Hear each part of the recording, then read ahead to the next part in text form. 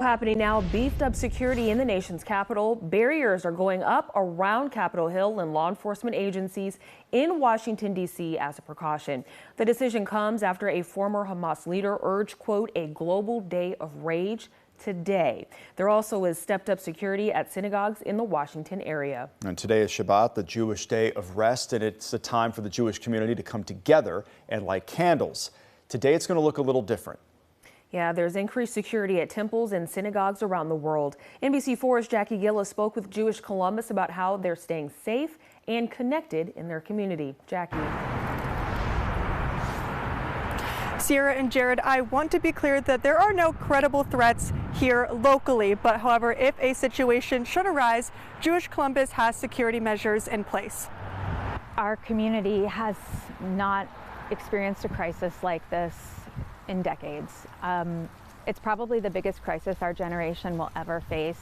According to JewishColumbus, security measures didn't just start this week. They make sure to implement them all year round. Our security concerns, they pretty much started with the Tree of Life shooting in Pittsburgh, and since that time we have been working diligently to make sure that kind of tragedy never happens in our community again.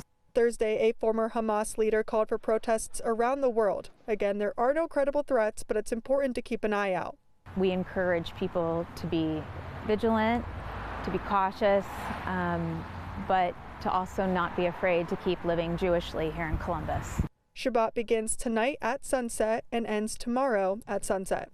This Shabbat is going to be very different, and it's going to be sad.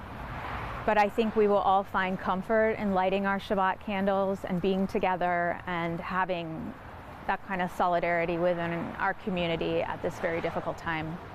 As Israel's war with Hamas continues, she says it's important for the Jewish community to come together. Our community is very diverse.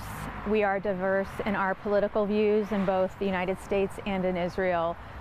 But at a time like this, we come together. We are one united Jewish community, and without that kind of support and solidarity, I don't know how we would get through this.